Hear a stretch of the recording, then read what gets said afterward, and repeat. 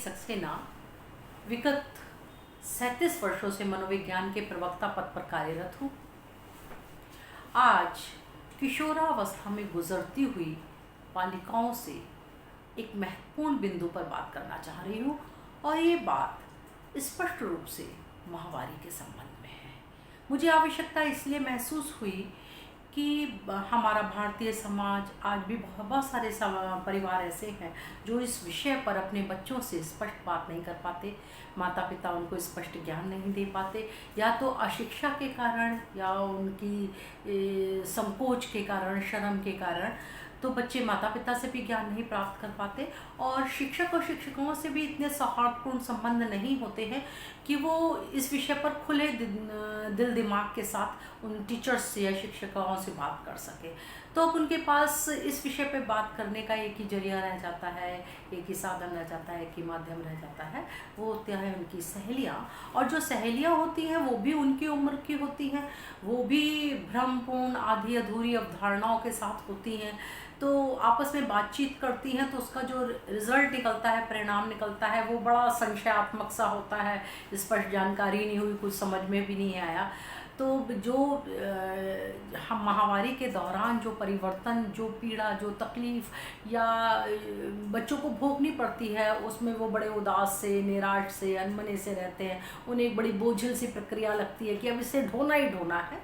तो मैं ये चाहती हूँ कि ये हमारी प्रकृति ने हमको दी है, तो इस निश्चित ही इसका एक सार्थक उपयोग है।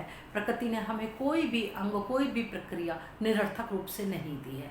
अतः हम जब इसकी सार्थकता समझेंगे तो हमारी मन स्थिति में भी परिवर्तन आएगा, और मन स्थिति में परिवर्तन आने से हम इसके प्रति हमारा दृष्टिकोण ही परिवर्तित हो जाएगा। इसलिए बच्चों, मैं सबसे पहले बताना चाहूँगी कि एक बच्चे को, एक बालिका को संपूर्णता प्रदान करने वाली ये प्रक्रिया है। यानी कि कोई भी बच्चा जो होता है, वो चाहे बालक हो चाहे बालिका, उसमें आयुवध क्रम से धीरे धीरे विकास होता है। तो क्रम से विकास होते हुए ही वो पूर्ण बालिका या पूर्ण पुरुष बन पाता है। तो 10 से लेकर 13 वर्ष की अवस्था में हमारे शरीर में कुछ ऐसे परिवर्तन होते हैं जो ये बताते हैं कि नारी जो है वो सृष्टि संचालन के योग्य हो चुकी है, सृष्टि को संचालित करने के लिए, यानी संतान उत्पत्ति के योग्य हो चुकी है। बच्चों, ये प्रक्रिया आप समझ सकते हैं मेरे इस वक्तव्य से कि ये बहुत महत्वपूर्ण है। हम या तो बालक के रूप में जन्म लेते या बालिका के रूप में। हमने बालिका के रूप में लिया है तो निश्चित ही हमारी संपूर्णता हमारे लिए आवश्यक है और हमारे लिए उपयोगी भी है। हमें संपूर्णता प्रदान करती है। अगर हम संपूर्ण नहीं होंगे तो हम एक आधी अधूरी सी जिंदगी जिएंगे, है ना। तो हमें जो क्रम से आयु के अनुसार हमारे अंदर परिवर्तन होते हैं, अगर ये परिवर्तन उसमें हो गया तो ये हमें संकेत देता है कि हम एक संपूर्ण नारी बनकर तैयार हैं। हम आगे आने वाले भविष्य में अपने सभी तरह के दायित्वों के निर्वहन के योग्य हैं। मानसिक दायित्व तो बेटा बहुत ज़्यादा लिंग अनुसार नहीं बटे हैं, लेकिन मैं शारीरिक दायित्वों की बात कर रही हूँ। सृष्टि संचालन के संदर्भ में एक महत्वपूर्ण दायित्व की बात कर रही हूँ कि हम उसके अब योग्य हो चुके हैं। तो होता क्या है बच्चों कि जब हम ये बात समझ जाएंगे कि सृष्टि के संचालन में, संतान उत्पत्ति में इस प्रक्रिया का महत्वपूर्ण योगदान है, और अगर ये प्रक्रिया होने लगी, माहवारी होने लगी, तो हम ये संकेत मान लें कि मैं स्वस्थ हूँ और शारीरिक दृष्टि से समाज उपयोगी हूँ, संतति संचालन में उपयोगी हूँ मैं। हम ये समझ सकते हैं। तो अगर हम ऐसे समझेंगे, इस तरह से लेंगे, तो माहवारी के प्रति हमारे दृष्टिकोण में सकारात्मक परिवर्तन आएगा। हमें एक सुखद अनुभूति होगी, हमें एक गरिमा में एहसास होगा, अनुभव होगा कि वाओ मैं संपूर्ण हूँ, वाओ मैं पूर्ण हूँ, है ना। अगर सोचो ये ना हो तो ये अपूर्णता हमारे पूरे जीवन को बुरी तरह प्रभावित करती है। हो सकता है इस किशोरावस्था में इस अपूर्णता का आपको एहसास ना होता हो, लेकिन आगे चलकर इस अपूर्णता का एहसास बहुत ज़बरदस्त होता है। अगर कोई भी बालिका माहवारी की प्रक्रिया से किसी भी कारण से नहीं गुजर पा रही है, 10 से 15-16 साल की उम्र बीत गई और उसमें ये माहवारी की प्रक्रिया नहीं हुई, तो पता है पूरा परिवार चिंतित हो जाता है, पूरा एक हम कहते हैं वज्रपात सा होता है कि एक स्त्री बालिका ने जो आगे चल के स्त्री बननी थी वो बालिका के रूप में जन्म लेने के बाद भी माहवारी की प्रक्रिया से नहीं गुजरी। अतः बच्चों ये बहुत ज़रूरी है कि ये प्रक्रिया आपके अंदर हो। तो ये एक सुखद एहसास है, ये एक शांतिपूर्ण अवस्था है, ये गरिमामय एहसास है और ये सार्थकता है हमारे जीवन की। हमें इसको समझना है, जब हम इसको ले लेंगे, समझ लेंगे, तब हमें इतनी निराशा, इतना बोझलपन, इतना अनमनापन कि हमें से ढोना ही ढोना है 5-6 दिन, ये एहसास समाप्त हो जाएगा। तो इसके लिए हमें करना क्या है बेटा? इसके लिए हमें समझना है कि ये हो क्यों रही है, माहवारी होती क्यों है ना, जिसको हम मेंसेस कहते हैं, जिसको हम पीरियड्स आना कहते हैं, ये क्यों हो रही है। इसके लिए हमें बच्चों क्या करना होगा कि आपको अपने शरीर की जैविक संरचना को समझना होगा। जैविक संरचना यानी शारीरिक संरचना। बच्चों, जो बालिका होती है, जो आगे चलकर एक स्त्री बनती है, उसके शरीर में एक गर्भाशय होता है और गर्भाशय के दोनों किनारों पर, दोनों एंड पर एक फैलोपियन ट्यूब होती है। 2 ट्यूब होती हैं, एक तरफ, एक दाईं तरफ, एक बाईं तरफ। इस फैलोपियन ट्यूब का अंतिम सिरा जो होता है वो अंडाशय से होता है, अंडकोश से होता है।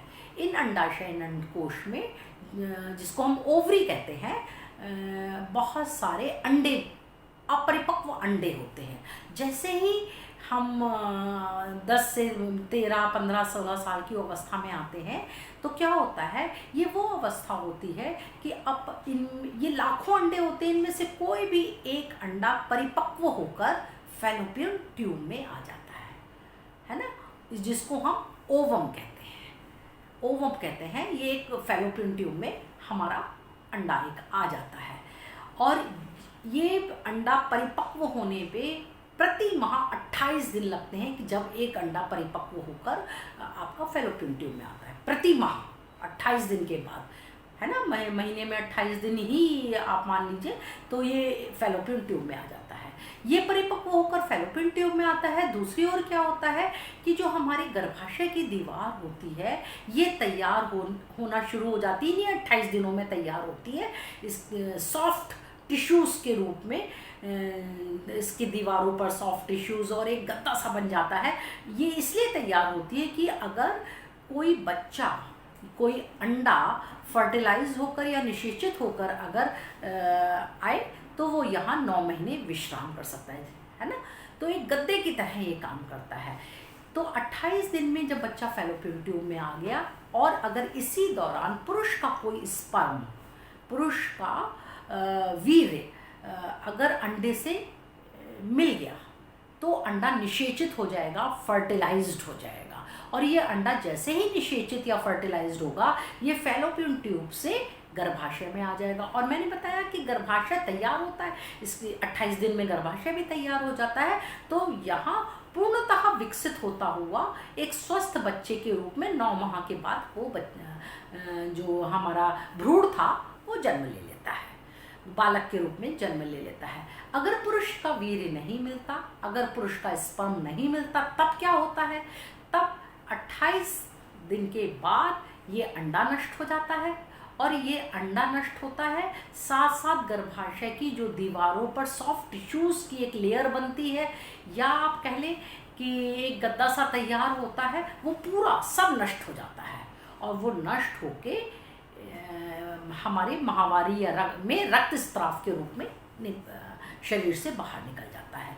तो बच्चों ये प्रति माह होता है, ये एक तरह से इंतज़ार होता है कि कब पुरुष का वीर्य आएगा और कब बच्चा संतान उत्पत्ति होगी। अगर नहीं आता है तो वो बराबर क्रमशः नष्ट होता रहता है। ये हमें संकेत देता है, माहवारी प्रतिमा ये संकेत देती है कि अभी पुरुष का स्पर्म नहीं आया है। और ये भी संकेत देती है कि क्या कहते हैं, हम एक स्वस्थ स्त्री के रूप में सारे परिवर्तन शरीर के अंदर हो रहे हैं, मेरे स्वस्थ स्त्री के रूप में शारीरिक परिवर्तन हो रहे हैं।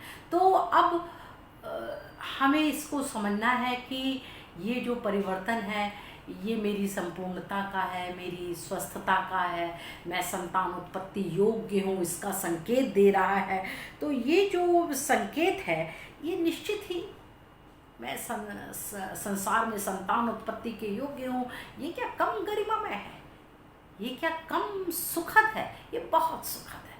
बच्चों, हमें करना क्या है कि ये एक सुखद एहसास जो अशिक्षा के कारण बच्चों में नहीं बन पाता, थोड़ी सी क्योंकि परेशानी होती है, तो हमें करना क्या है कि हम इस दौरान अपने को कैसे व्यवस्थित करें, इसकी बात करनी है। अगर हम इसको व्यवस्थित कर लेते हैं तो ये जो प्रक्रिया है ये बहुत अच्छी है, ये हमारी पूर्णता है, ये हमारी संपूर्णता है, ये प्रक्रिया बहुत अच्छी है। हमें करना क्या होगा कि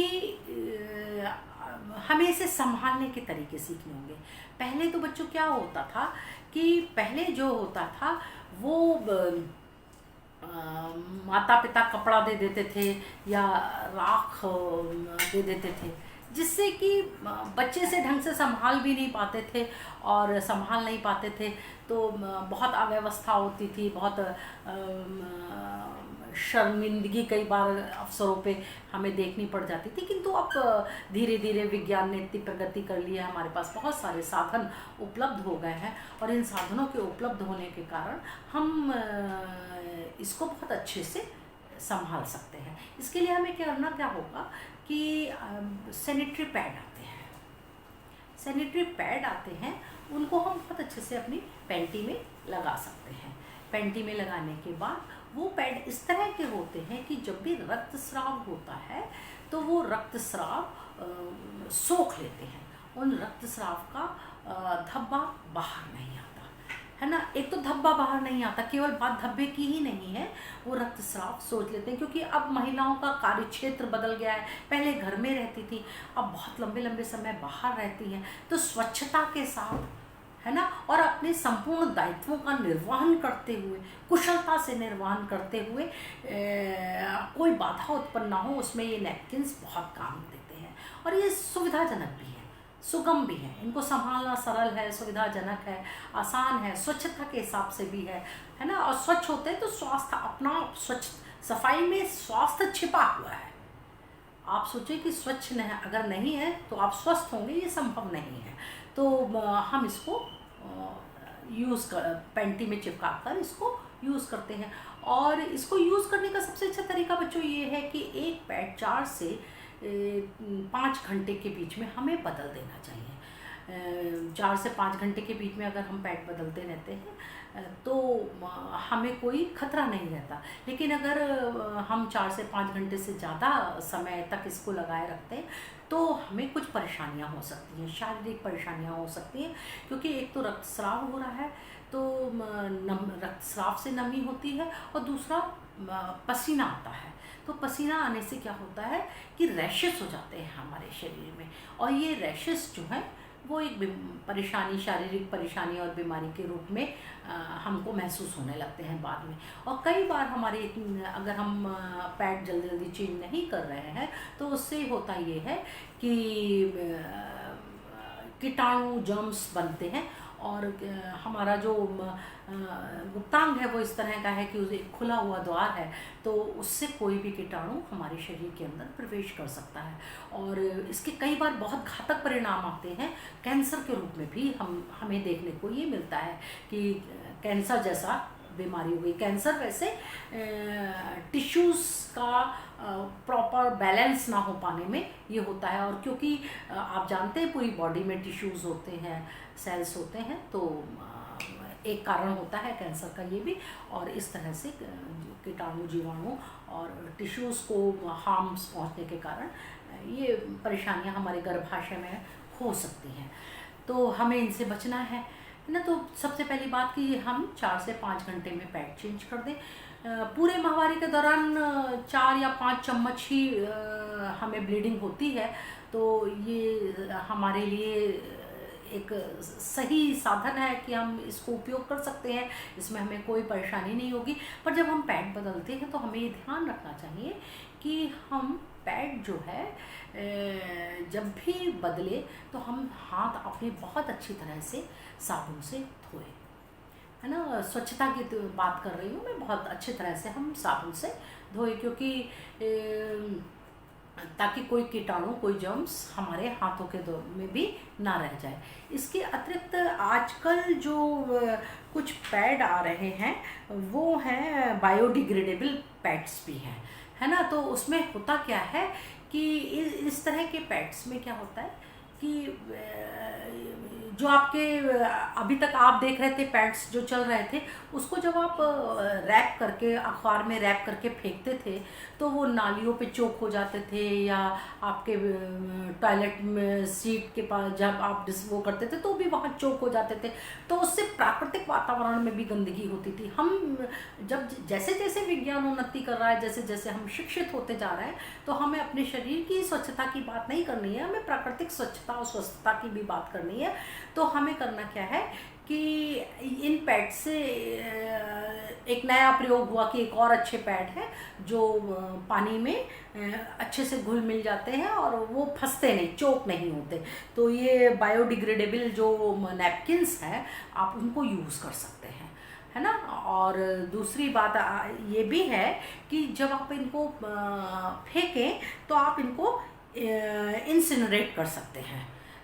इनको ये एक मशीन के द्वारा होता है, आपने उसे डाला और वो वहाँ उसमें नष्ट हो जाता है पैड। तो जगह जगह वातावरण में गंदगी जो है वो नहीं रहती। तो इस तरह से हम इससे बहुत अच्छे से इसको हम संभाल सकते हैं अपने माहवारी को। हमें कोई संभालने में परेशानी नहीं होगी, सुगमता होगी, स्वच्छता भी बनी रहेगी, शरीर की भी स्वच्छता बनी रहेगी, आप भी स्वस्थ बने रहेंगे। और देखिए, जब आप का सारा दृष्टिकोण बदल जाएगा तो मानसिक अवधारणाएं चेंज होंगी, है ना। मानसिक अवधारणाएं चेंज होंगी तो आपके व्यवहार में परिवर्तन आएगा। आपके व्यवहार में परिवर्तन आएगा तो जो 5-6 दिन जो हर्ष के, उल्लास के आम दिनों की तरह गुजरने चाहिए। मैं तो पहले भी कह रही हूँ कि ये बहुत महत्वपूर्ण प्रक्रिया है, तो इसके आनंद पर, इसके आगमन पर निराश होने की कोई आवश्यकता ही नहीं है। तो हम इसे आनंद उल्लास से इन दिनों को भी मनाएं कि मैं स्वस्थ हूँ, देखो मुझे प्रॉपर ब्लीडिंग हो रही है, मैं क्या कहते हैं समर्थ हूँ, इस योग्य हूँ कि अपने आगे आने वाले जो विवाह के उपरांत जो मेरे दायित्व हैं मैं उनका निर्वहन अच्छे से कर सकती हूँ। तो जब आप शरीर से भी स्वस्थ रहेंगे और मन से भी स्वस्थ रहेंगे तो निश्चित ही आपके जीवन में आनंद होगा। ये दृष्टिकोण, ये जो दिन है, ये आपको बोझल नहीं करेंगे, आपको निराश नहीं करेंगे, आप आनंद से रहेंगे। और यही मेरे इस वीडियो के बनाने का उपयोग भी है, सार्थकता भी है, नहीं तो ये सब व्यर्थ है बच्चों। और मैंने इसीलिए ये वीडियो बनाया है कि आप अपनी इस तनाव की स्थिति से निकलकर इन दिनों को स्वच्छता के साथ, स्वस्थता के साथ, केवल अपने शरीर के स्वस्थता के साथ नहीं, है ना, आप समाज की स्वस्थता, पर्यावरण की स्वस्थता का ध्यान रखते हुए इन दिनों को आप अपने व्यतीत करें। धन्यवाद बच्चों, थैंक यू सो मच।